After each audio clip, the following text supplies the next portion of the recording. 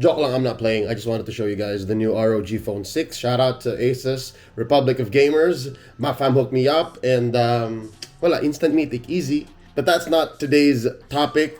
I wanted to bring up a discussion, and this is something I'd like to hear from you guys in the comment section and maybe on social media. Holler at me at LeoCastsPH. Let me know, because I've been thinking, who are the greatest gold laners in the history of MPL Philippines? Napakadami niyan. But to be fair, the reason why I'm bringing this up is because, well, one, historically, it was only recently established. If I'm not mistaken, just a couple of years ago, when Project Next came in, the actual gold lane became a thing.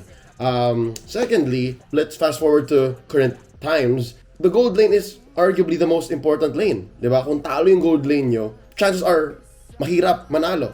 Unless you're a 1-3-1 wherein it's the jungler that really matters. But most often, gold is where it's at. And last but not least, personally, this is a relatively easy list to make because I know who my personal best gold laners are, and I know who my honorable mentions are. And for each, I have 3. Gusto ko rin marinig sa inyo kung sino para sa inyo ang greatest gold laners in the history of MPL PH. Let's start with my honorable mentions. Actually, all of them are not in the league anymore. Let's start with Marky, last seen with Onyx Philippines in Season 9. The reason why I'm mentioning Marky here as a gold laner is because he's so unique in the fact that he is a wingman style of gold laner. He's reliable, but not only that, sobrang active niya mag-rotate. And this throws me back to how he plays the Lilia and the Farsa in the gold lane. He can take care of himself, so much so, in fact, that he would even rotate to mid, and you wouldn't even feel like he needs to be babysat, or that he is a hero that needs farm. Ganun siya ka-proactive, kaya wingman style of gold laning ang nakita kay Marky. That's why he's in my honorable mentions.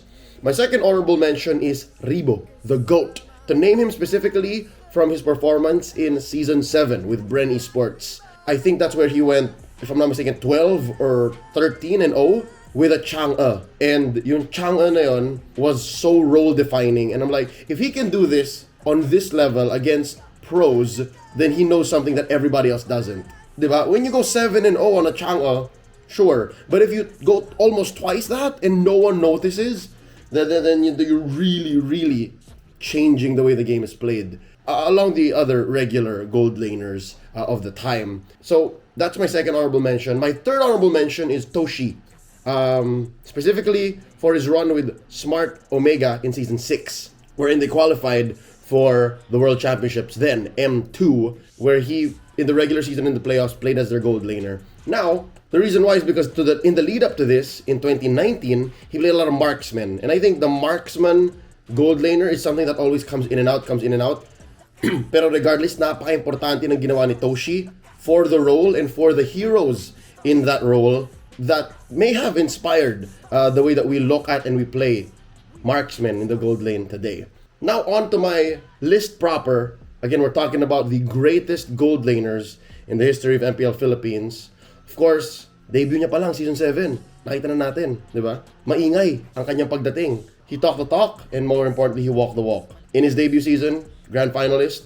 In his debut season, MSC champion. I'm talking about the Filipino savage, Kellrock. Very capable of playing those marksmen, Beatrix, Claude. Hell, if he finds himself handling a Clint, why not? He can also play the fighters, Gold Lane Aldous, Gold Lane Esmeralda, and more importantly, he can also play those mages, Harith, Alice, Lunox. He's the complete package, I think. That's the Filipino savage, Kellrock. Maybe his rival, the next one in this list, which is in not any order, by the way, is his perfect foil. And I'm talking about the Filipino sniper, Ohib. Also in the running in my greatest gold laners in all of MPL PH history.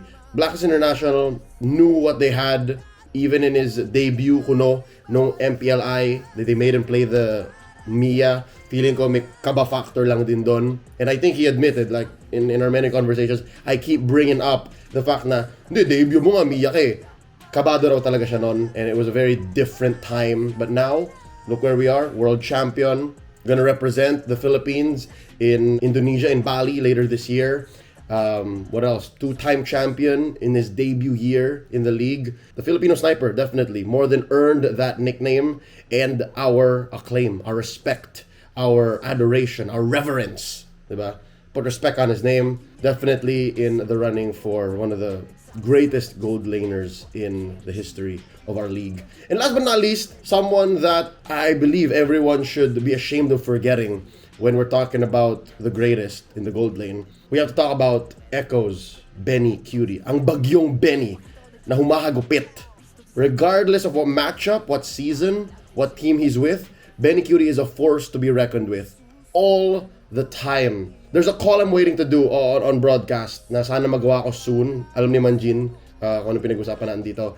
Because I want to really dig in to what the team that has to face Benny feels kapag humarurot na or kapag umari pa na si Benny Cutie, ang bagyo. So, definitely, I believe he deserves to be in this short list for me, my top 3.